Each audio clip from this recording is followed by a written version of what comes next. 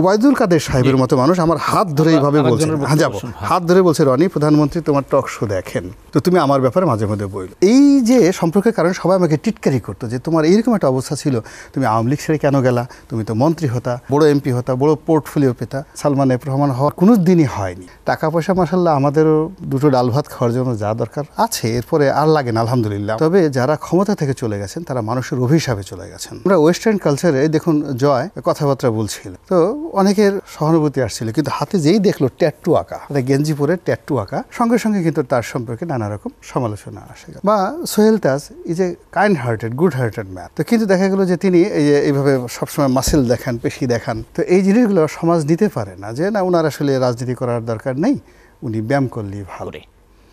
না তো জনাব পার্থ তিনি কি মনে করেন আমি বলতে পারি না, কিন্তু আমি মনে করি যে এই সরকারে যারা আছেন কর্তা ব্যক্তি, তাদেরকে কোনো বিষয়ে পরামর্শ দেওয়ার মতো কোনো যোগ্যতা এবং অভিজ্ঞতা, সাহস কোনোটাই আমার নেই।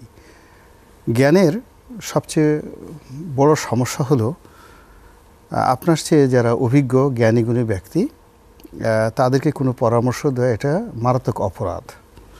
তা আমি সেই অপরাধটা করতে যাব না। আমি শুধুমাত্র যে কাজটি করতে চাই বা বলতে চাই সেটা হলো কতগুলো তথ্য এবং উপাত্ত যা ঘটছে এই সমাজে, যেগুলো আমি দেখছি, জনাব পার্থ হয়তো সেগুলো দেখছেন না, আবার উনি যেগুলো দেখছেন আমি হয়তো সেগুলো দেখছি, সবগুলো হয়তো দেখছেন না, রাইট, দেখছেন না। তা ওনার হলো উনি যদি আমাকে বলেন যে মিস্টার রনি আপনার এই জিনিসগুলো আমি দেখেছি, না it is up to you. তো সেই দিক থেকে ইংরেজিতে আমাদের দুটো শব্দ আছে, লয় আমরা ব্যবহার করি, ম্যালিস অ্যান্ড প্রিজুডিস। তো আমি বা জনাব পার্থ আমরা যে কথাগুলো বলছি এখানে, এর সঙ্গে আসলে আমাদের কোনো ম্যালিসও নেই, প্রিজুডিস নেই। আমরা দুজনই খুব অল্প বয়সে সংসদ সদস্য হয়েছি এবং আমি থার্ড জেনারেশনের পলিটিশিয়ান, মানে তৃতীয় জেনারেশনের পলিটিশিয়ান। তো পার্থ সাহেবও আমরা মন্ত্রী, এমপি, রাষ্ট্র ক্ষমতা এগুলো অনেক আগে থেকে দেখে আসছি। টাকা পয়সা মাসাল্লাহ আমাদেরও দুটো ডাল ভাত খাওয়ার জন্য যা দরকার আছে, এরপরে আর লাগে না আলহামদুলিল্লাহ। আকাঙ্ক্ষা আমার কোনো দিনই হয়নি। 80 দশক তো তিনি খুব পজিটিভ ছিলেন, মানে একেবারে হিরো ছিলেন, আর তখন আমি ইনকিলাবে চাকরি করতাম। তো তখন আমার কাছে মনে হয় না যে সালমান সাহেবের মতো আমার একটা গাড়ি দরকার, অত বড় একটা অফিস দরকার। আমার কাছে আমি যেটা পরিশ্রম করতে চাই আলহামদুলিল্লাহ। তো সেই দিক থেকে যে বক্তব্যটা সেটা হলো এই সমাজে আমাদের বাঙালির কতগুলো কালচার আছে। এই সমাজে এখনও বেয়াদবি পছন্দ করা হয় না। মুরব্বীদের সামনে কেউ সিগারেট খেলো, সে যত বড় হোক না কেন, গ্রহণযোগ্যতা পায় না। আমাদের সমাজে এখনও পায়ের ভুর পা তুলে ক্রস লেগটা পছন্দ করে না। আমরা ওয়েস্টার্ন কালচারে দেখুন জয় কথাবার্তা বলছিলেন, তো অনেকের সহানুভূতি আসছিল, কিন্তু হাতে যেই দেখলো ট্যাটু আঁকা, গেঞ্জি পরে ট্যাটু আঁকা, সঙ্গে সঙ্গে কিন্তু তার সম্পর্কে নানা রকম সমালোচনা আসে গেল। বা Sohel Taj is a kind hearted, good hearted man, তো কিন্তু দেখা গেল যে তিনি এইভাবে সবসময় মাসেল দেখান, পেশি দেখান, তো এই জিনিসগুলো সমাজ নিতে পারে না, যে না ওনার আসলে রাজনীতি করার দরকার নেই, উনি ব্যায়াম করলেই ভালো হয়। তো এই জিনিসগুলো বাস্তব অবস্থা হচ্ছে। এখন যারা রাষ্ট্র ক্ষমতায় আছে তাদেরকে বুঝতে হবে যে সমাজে মিসক্রিয়েন্টস বলতে ইংরেজিতে যে শব্দ, এদের কোনো রাজনৈতিক পরিচয় নেই, এরা কিন্তু নেমে গেছে। বহু মানুষ যাদের নাম আওয়ামী লীগের খাতায় আছে কোনো কমিটিতে, একেবারে ভদ্রলোক মানুষ, তাদের জায়গা সম্পত্তি দখল করার জন্য, ভয় দেখানোর জন্য, চাঁদা আদায় করার জন্য লক্ষ লক্ষ পয়েন্টে প্রতিদিন লক্ষ লক্ষ ঘটনা ঘটছে। এটির জন্য পুলিশ, জনসচেতনতা, রাজনৈতিক দলগুলো এবং একটা যাকে বলা হয় অবাধ মত প্রকাশের স্বাধীনতা না থাকলে এই সমস্যাগুলো মানে একেবারে বোম ব্রাস্টিং হয়ে যাবে। আওয়ামী লীগ সামাল দিতে পেরেছে দীর্ঘদিনের কারণ হলো অলমোস্ট 35% জনসমর্থন তাদের ছিল, এবং মিলিটারি, জুডিশিয়ারি, সিভিল সার্ভিসে ইচ্ছাই হোক অনিচ্ছাই হোক সবাই তাদেরকে আনুগত্য প্রকাশ করে তাদের হুকুম মান্য করেছে। কিন্তু এই যে বর্তমান সরকার, তারা বিশ্বস্ত জুডিশিয়ারি, মানে আওয়ামী লীগের মতো বিশ্বস্ত প্রশাসন তারা আশাই করতে পারে না।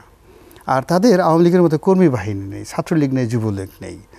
তারপরে আওয়ামী লীগ যেভাবে খুব টার্গেট করে করে যেভাবে দমন পীড়ন করার জন্য ট্রেন আপ হয়েছিল, তারা বুঝেছিল যে না, পার্থকে যদি মেন্টালি ফিজিক্যালি ফাইন্যান্সিয়ালি দুর্বল করতে হয়, তাহলে তার কোন দুর্বল জায়গায় হাত দিতে হবে তার কাছে সেই তথ্য ডাটা ছিল। তো সেই কাজগুলো তারা করেছে, নেতৃত্ব শূন্য করার চেষ্টা করেছে, এবং সবার শেষে যখন মনে করেছে তাকে পিক আপ করবে, তখন তাকে কিন্তু পিক আপ করে জেলখানাতে নিয়ে গেছে। সেম ফর মি, আমার ক্ষেত্র মির্জা ফখরুলকে কখন ধরতে হবে, কখন ছাড়তে হবে, কখন আদর করতে হবে, ও সব তার জানা ছিল।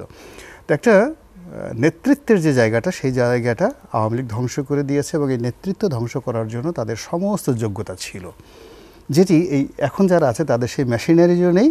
তারা ইচ্ছা করলে প্রতিটা ইউনিয়নে বিএনপির কয়জন নেতা আছে, আওয়ামী লীগের কয়জন নেতা আছে, কারা ক্রিমিনাল অ্যাক্টিভিটিস পরিচালনা করছে, এই জিনিস জানতে তাদের আরও 20-50 বছর গবেষণা করতে হবে। কিন্তু তাদের পেছনে তো বড় শক্তি হচ্ছে দেশের জনগণ আছে। না, এটা একটা প্রথমত তাদের পিছনে কোনো কিছুই নাই। যেটা জনাব পার্থ যেটা বললেন যে it's a blessing of Almighty. এখন যারা আসছেন তাদের প্রতি আল্লাহর কতটা দয়া করুণা, এটা আল্লাহ রব্বুল আলামিন জানেন, আমি বলতে পারবো না। তবে যারা ক্ষমতা থেকে চলে গেছেন তারা মানুষের অভিশাপে চলে গেছেন, দুর্বিষহ অভিশাপ, বোবা কান্না। যেটাকে আপনাকে আমরা বলি যে দুটো শব্দ আছে, একটা হলো মজলুম, মানে ক্ষমতাধর লোকজনের অত্যাচারে যখন মানুষ অসহায় হয়ে পড়ে এবং আল্লাহ ছাড়া কোনো উপায় থাকে না, ফিজিক্যালি আপনি টর্চার করলেন, এটিকে বলা হয় মজলুম। যেমন জনাব পার্থ সাহেব মজলুম হয়ে পড়েছিলেন, তার আসলে কিছু করার ছিল না। আমি একটু বলি ভাই, আপনার কথা মাঝখানে। এই মজলুম মানে যাকে ফিজিক্যালি টর্চার করা হয় বা সে কোনো ফিজিক্যাল টর্চার দেখে, এটাকে বলা হয় মজলুম। আর একটা শব্দ আছে মাহরুম, মানে কাউকে অপমান করা হয়, সম্মানিত লোককে অপমান করা হয়। এখন ধরুন তাকে মারেনি, কিন্তু তাকে এভাবে ইনসাল্ট করা হয়েছে, এমন সব প্রশ্ন করা হয়েছে, সে আল্লাহর কাছে কেঁদে দিয়েছে। হি ওয়াজ ক্রাইং টু অলমাইটি আল্লাহ, এটাকে বলে মাহরুম। আর হয়েছিল না ভাই, হ্যাঁ, এটিকে বলা হয় মাহরুম। তা আওয়ামী লীগ দীর্ঘদিন ধরে মাহরুম করে দিয়েছিল, অনেক মানুষকে মজলুম করে দিয়েছিল।